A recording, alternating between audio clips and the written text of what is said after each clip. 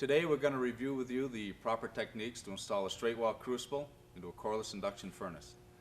Now before we begin, it's very important to have the proper safety equipment to start any job. So the safety gear you need to have is a helmet, safety glasses, you should wear gloves, a fire retardant jacket's good, and safety shoes. Okay, this is your control panel for your furnace. And this is very important to look at this and to lock it out before you use your furnace, lining it or anything like that. But there's two important things that are on this furnace control panel. One is the hertz of the furnace and the other is the kilowatts of the furnace. For crucible applications, you need to know what the hertz rating of the furnace is. In this case, it's a 3000 hertz furnace. That can tell you what type of crucible you can use. And the type of crucibles that can be used in a coreless induction furnace range from an alumina to a clay graphite to silicon carbide, and there's some other exotic ones. But the ones that are mainly used in coreless induction furnaces are the clay graphite and silicon carbide. Knowing the hertz is very important to figuring out what crucible you're going to use in that furnace. This is the main lockout on the furnace. The person who operates this has the key and also signs the back of this card as to when they locked it out. Before you line a furnace with anything or install a crucible, you have to make sure that the main lockout switch is tagged and locked out. It's very important to know where your active coils are in your induction furnace. In this case, we've taken the front panel off and we can see that it's 26 inches or 660 millimeters. We'll now go to the inside of the crucible furnace to show you where the crucible should be sitting within the coil. Many times during installations it's impossible to take the front panel off of the furnace. So one way to find out where your active coil is to measure from the furnace top down. In this case it's about 8 inches. You put a straight edge across the furnace. You can measure down by doing simple math. You can find out that you're about 29 inches inside height with a 3 to 4 inch bottom diameter. Your crucible will be sitting well within the active coils of 660 millimeters. Knowing what type of furnace you have is very important because different coils in different furnaces are different. In this case, in this furnace here, these bottom coils all the way to this level here are cooling coils and not power coils. So the crucible has to sit proud of the cooling coils. So the crucible would be up above here in this section here. These lower ones are all cooling coils in this particular furnace. This is another example of a coil that has cooling coils and power coils. These top coils here are cooling coils. These bottom coils here are cooling coils. The crucible has to sit within the power coils to be effective. So before you start putting a crucible in a furnace, you got to have the tools to install that crucible, and we have several of them here. These are tamping devices for putting in the refractory in the bottom of the furnace and along the sidewalls of the furnace. This here is a devil's fork and probably one of the most important tools you have. You never put in more refractory than the length of your devil's fork. You also need a level. You got to make sure the furnace is level. You got to make sure the crucible in the furnace is level. Typically for the bottom you use a very large bottom rammer to make sure you get the good density, but as you go up the sidewall these large tools won't fit. What we do, we have the smaller ramming tools that are radius to fit the contour of the crucible so you can ram as you're going up the side. Now sometimes you'll find out that in some of the used furnaces a coil grout is not a complete perfect circle, so you might have to vary your tools as you're going up the sidewall. But it's very important to get the sidewall and the bottom dense so you don't hang the crucible in the furnace. So before you install a crucible into a coreless induction furnace, you've got to make sure that the coreless induction furnace itself is completely level. So we have a level up here, checking that. Also want to check the coil grout in the furnace. The coil grout 1 has to be very dry. 2, it has to be in a complete cylindrical shape. You don't want lumps. You don't want things hanging out. You want to make sure it's smooth and cylindrical. This is showing the leak detector wires in the bottom of the furnace adjusted to the height of the refractory that will be in the bottom of the coreless induction furnace. When the ground leak detector wires are installed, they have to be in intimate contact with the bottom of the crucible. Our crucibles have many identifying marks on them. One is the product code number, which is listed here, but the most important is the serial number. You need to write that down before installing the crucible, or sometimes you can actually peel off the label and put it in your book. It's important for us because we can track the crucible right back to the raw materials, determine the production information on that crucible should you have a question or should a situation arise.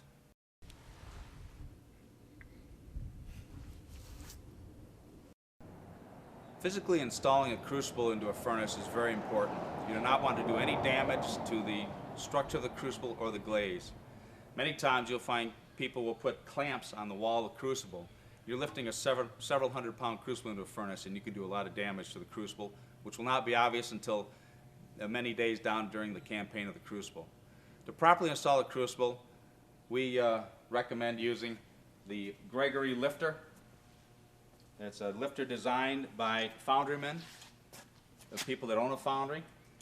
It's a very unique design where you do not grab the crucible by the wall. You have cables that when you tighten up will grab the crucible on the outside radius of it. And you can lift the crucible from a common lifting point. Many times during installation you may have to move the crucible to make sure the dry vibe is level. This is very easy to put the crucible in and out should you have to do it multiple times.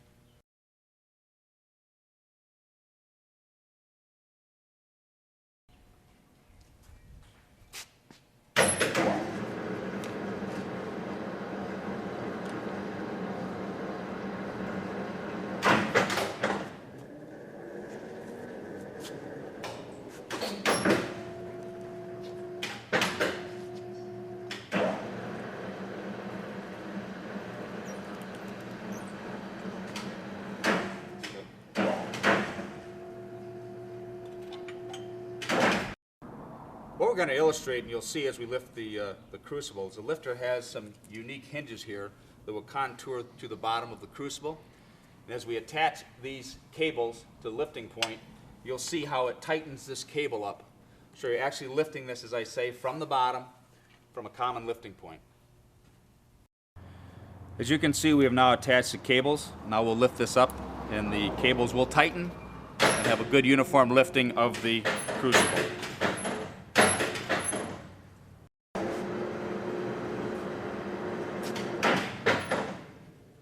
Okay, before we start putting refractory in this coreless induction furnace, we've got to make sure that we don't have anything in our pockets.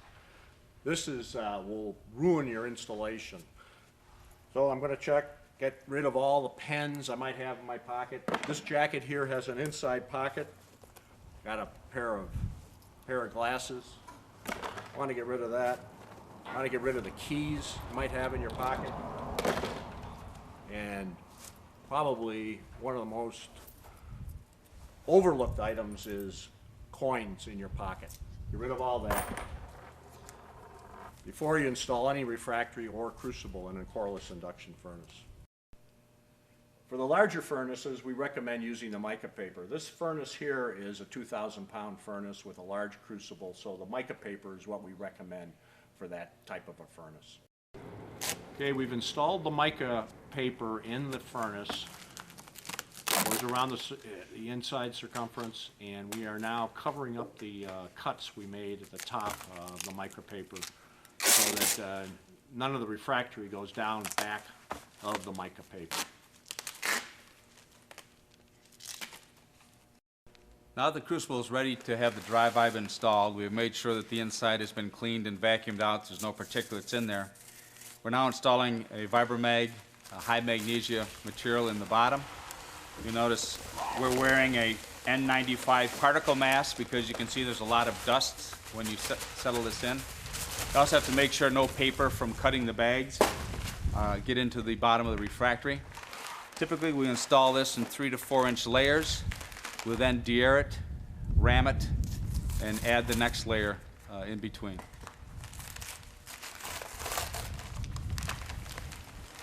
Now that the refractory has been installed into the crucible, we will now de-air it and ram it and level the refractory to make sure we have a nice level bottom. Right now, typically, you'll make about three passes of the de-airing tool to level the mix. That will then be followed with the ramming tool. Now that the de-airing is done of the refractory, now that it's been leveled, we'll now ram it 3 times to make sure that the bottom is nice and dense. You'll note that the bottom of the furnace here has been rammed and that the leak detectors are in place. The leak detector wires need to be in intimate contact with the bottom of the crucible, but not penetrating the bottom surface of the crucible. It's important to remove the bottom glaze of the crucible to make sure you have intimate contact with the bottom and the ground fault wires. This can be accomplished by using a wire brush such as this or a hand stone. Do not, under any circumstances, use a power grinder because this will remove part of the crucible structure itself.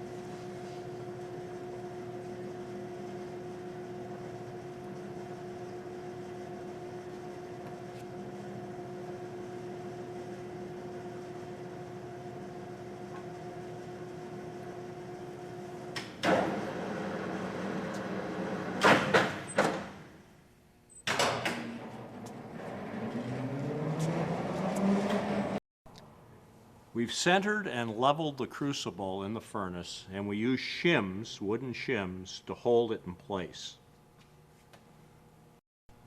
Now that the crucible has been installed and centered in the furnace using wedges to make sure we have equidistance for dry run refractory, we then put a cover on top of the crucible to prohibit any excessive refractory from getting down inside the crucible, making for any undue cleanup.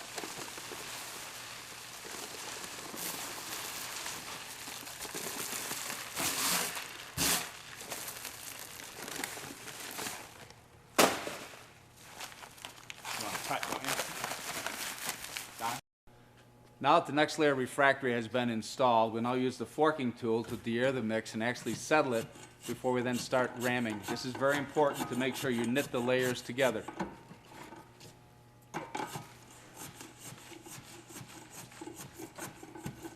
Three passes will be made around the crucible.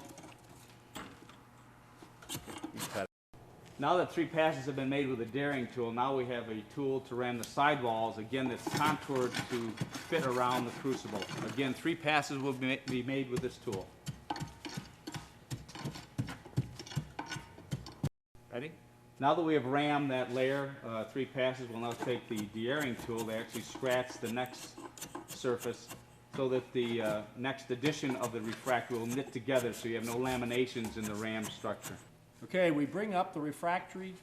This is, in this case, this is Vibromag 95, all the way to the top of the crucible, but you leave 1 inch of the circumference of the crucible showing. This is so it'll knit together with the phosbonded plastic, which is going to go up and form your lip and the cover on top of this. And after you've done that, you can remove your cover from your crucible. There shouldn't be any refractory down inside the crucible. Okay, the top cap and the spout on top of the crucible is going to be 90 Ram PC. Now, this material is phosphoric acid bonded refractory, and so you use a latex type glove whenever you're working with it. Okay, what we're doing is we're breaking apart the 90 Ram PC, putting it in sections around the top of the crucible, and then we're going to work it in with the hammer to get a good bond between the refractory, the MgO refractory on the bottom, and the phos-bonded plastic on the top.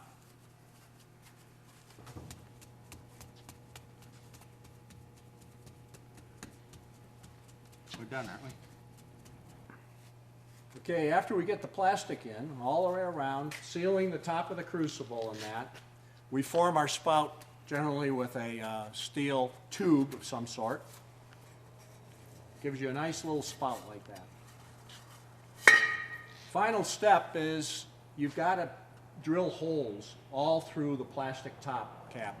That allows the refractory to breathe and for anything trapped underneath the plastic. So you actually do it in the spout area and in the area where the refractory is. All the way around.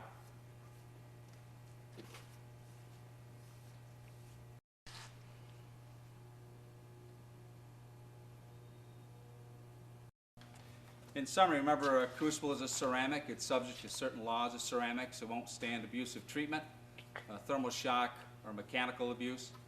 And installation is critical, and the use and care of a crucible is critical to get the campaign that you would like in a crucible furnace combination. Okay, now that we've watched the video on installing a crucible in a coreless induction furnace, let's review some of the points in the video. First off, the safety equipment. We've got to make sure you have all the proper safety equipment. Next is the lockout on the furnace. Got to make sure that anyone working on a furnace, before they start, there's a lockout on the furnace power. Also, you got to know what type of furnace you're dealing with. What's the kilohertz? What's the kilowatt power? These are going to determine what crucible you use in the furnace. Then you've got to measure the ID and the height of the coil. This is going to tell you what size crucible you're going to use. You also have to make sure that you leave room for the coil grout, which is on the furnace coil, and also the backup refractory, which is extremely important to any crucible installation, because this is your safety lining. When you look at your furnace, you've got to make sure that the inside you have a leak detector. The leak detector comes from the bottom, it's grounded out, and it touches the bottom of your crucible. It doesn't stick into the crucible, it lays flat on the bottom. And you have to make a choice of your slip plane material. On lower temperature alloys, you can use a slip plane material like core weave. For higher temperatures, we suggest you go with a mica paper. In the case of this furnace here that we just did the installation, it was a larger furnace and we went with a mica paper. The mica paper allowing the refractory to move up and down inside the furnace when the furnace is on. Now on your backup material for your crucible, your safety net behind the crucible, you have a choice between no-bond silica or MgO. In the case of this video, we used a Vibromag 95. And we did that because of the size of the crucible. You also would probably pick that for any of your copper-based alloys or ones above that in temperature. Remember that when you install your refractory, there are three important components to that. One is de-airing. You never want to put more refractory in the bottom than your devil's fork will go through. The second is tamping, and then you scratch between layers. So every layer you bring up, you go through de-airing, tamping, and scratching. You always install the crucible in the furnace so that the bottom thickness of the crucible is below the last power coil. So the last power coil is lined up with the inside radius of that crucible. You build your backup refractory to the top, you leave about 1 inch, and it's in that 1 inch down, sealing the top of the crucible in the Coreless induction furnace that you would use an alumina refractory, which is phosphoric acid bonded. In the case of this video, we use 90 Rand PC. Remember to put your vent holes in. So if you followed this video, you're going to have a safe and a successful installation of a crucible in a Coreless induction furnace.